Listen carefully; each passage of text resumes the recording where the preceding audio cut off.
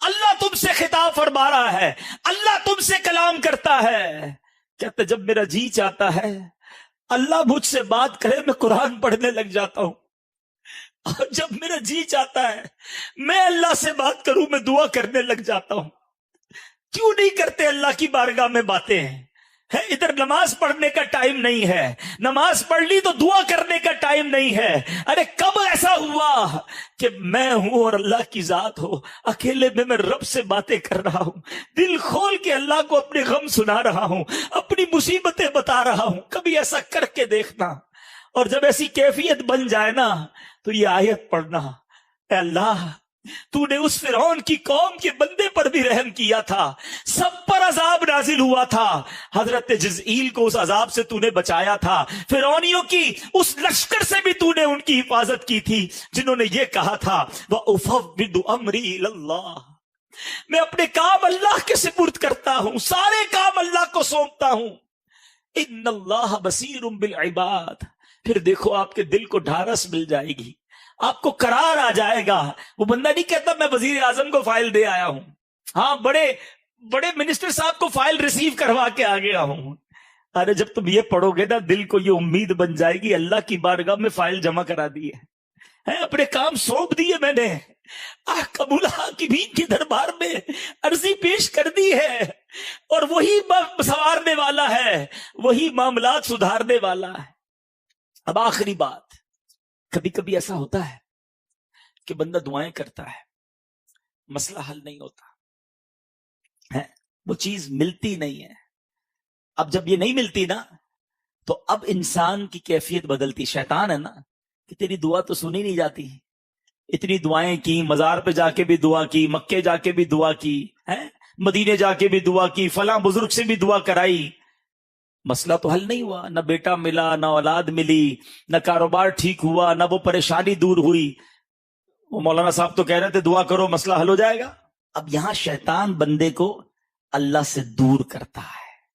اب یہ تھوڑا سا نقطہ سمجھ جاؤ گے نا تو اللہ سے پیار اور بڑھ جائے گا. آج میں چاہتا ہوں میرے سارے بھائی اپنے رب پر بھروسہ لے کے جائیں، اللہ سے محبت لے کے جائیں. سب سے زیادہ پیار اپنے مالک سے کرو، وہ ہمارا مالک ہے، ہمارا خالق ہے. میں تو بے لباس پیدا ہوا تھا، اس نے لباس دیا.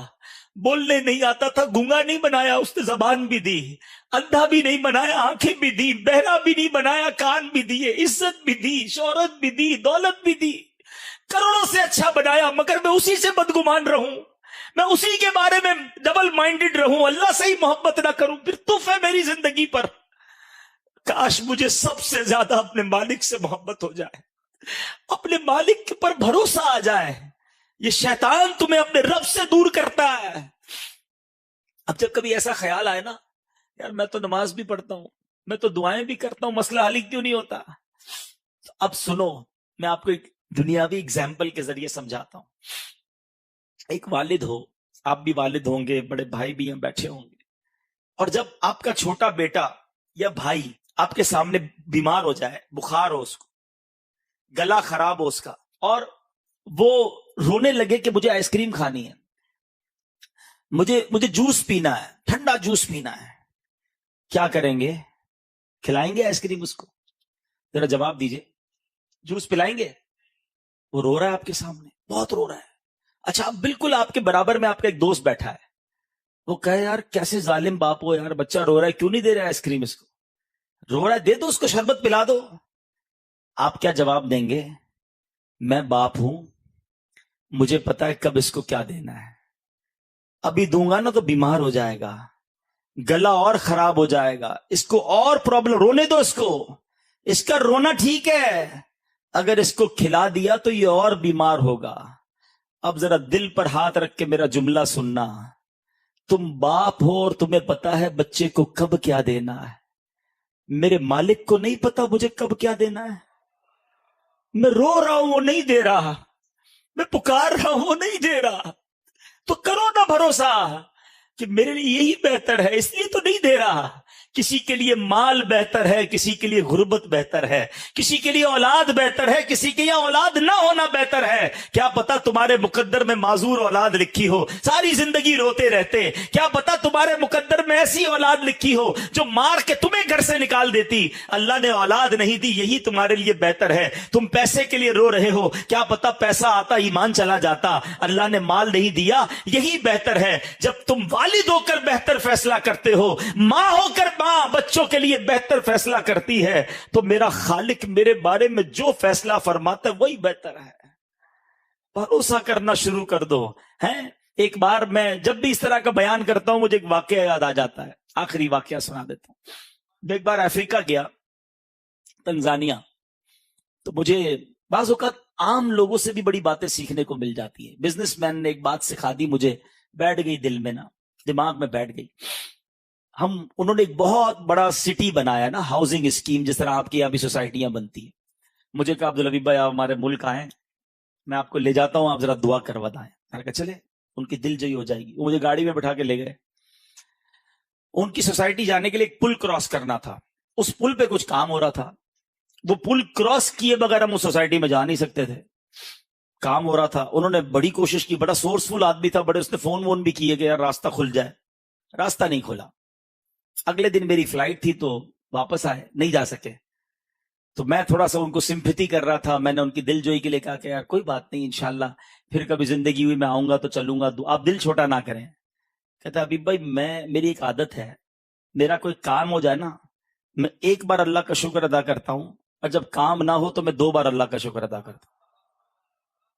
میں تو چونک گیا، میں نے کہا یار یہ کیا کہا، ذرا دوبارہ کہیے۔ اس نے دوبارہ ریپیٹ کی بات۔ میں نے کہا اس کا کیا مطلب ہے؟